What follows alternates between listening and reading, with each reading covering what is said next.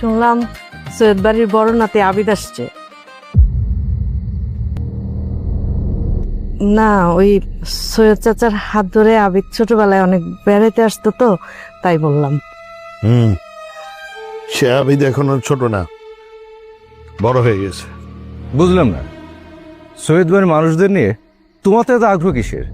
তোমরা কি ভুলে গেছ সৈয়দ বাড়ির কোনো আলাপ, কোনো প্রসঙ্গ এই খান বাড়িতে তোলা একদম নিষেধ। খান সাহেব আমাকে কড়া হুকুম দিয়ে গেছে। সম্বন্ধ তো দূরের কথা,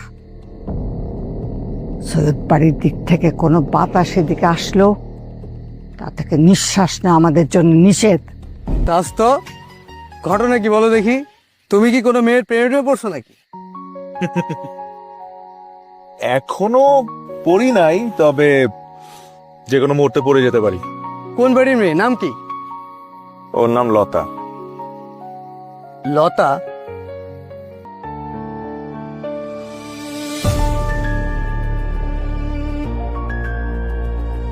আবিদ ভাইয়া সৈয়দ বাড়ির বড় নাতি। চারপা পিছে আসো। কেন? তুমি বুঝতে পারতেছো না? লতা খান বাড়ির মেয়ে।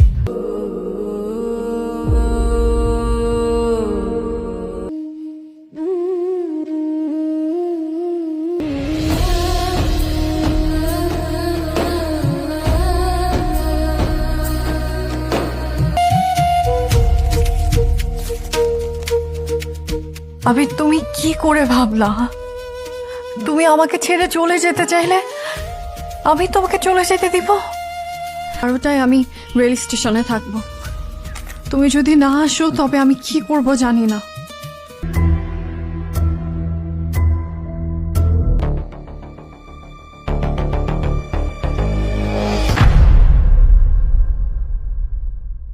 পাতারে হারাবার কষ্টটাও সকলে ওইভাবে পাথর চাপা দিয়ে রাখো।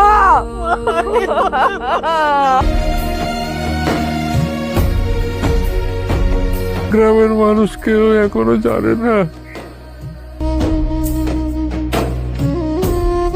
সৈয়দ আবিদ হাসানের সঙ্গে আপনি এই বিয়েতে রাজি থাকলে বলেন কবুল।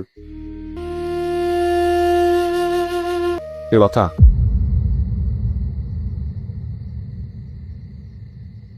তোমার সাথে আমার কিছু কথা আছে, একটু বাইরে আসো। কি হয়েছে তোমার? এটা কি ঠিক হচ্ছে? তুমি যে চোখটা বন্ধ করে একটা বারের জন্য তোমার আপনজনদের কথা চিন্তা করে দেখ। আমি রিকোয়েস্টিং ইউ, তুমি জাস্ট একটা বার চোখটা বন্ধ করে চিন্তা করো প্লিজ।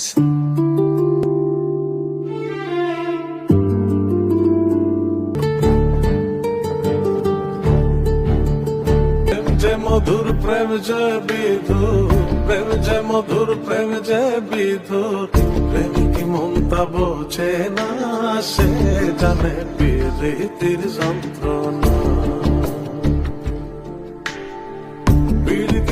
প্রীতির যন্ত্রণা।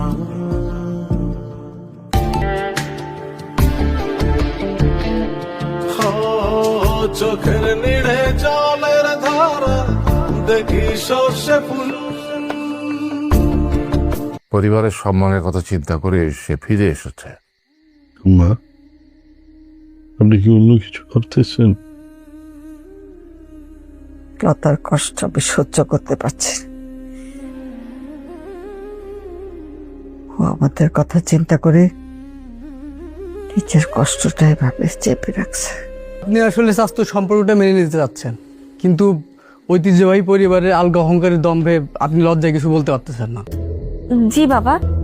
আচ্ছা ঠিক আছে, আমি স্বামীর হুকুম অমান্য করে হ্যাঁ বলে দিলাম। সাহেবের ফোন হঠাৎ কি মনে করে? আপনার নাতনিকে আমরা নিয়ে আসতে চাই। শুকুর আলহামদুলিল্লাহ। চল মা, চল।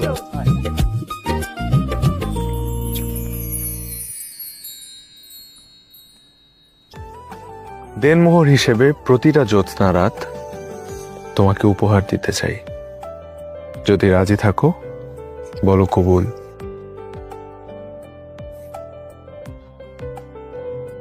কবুল।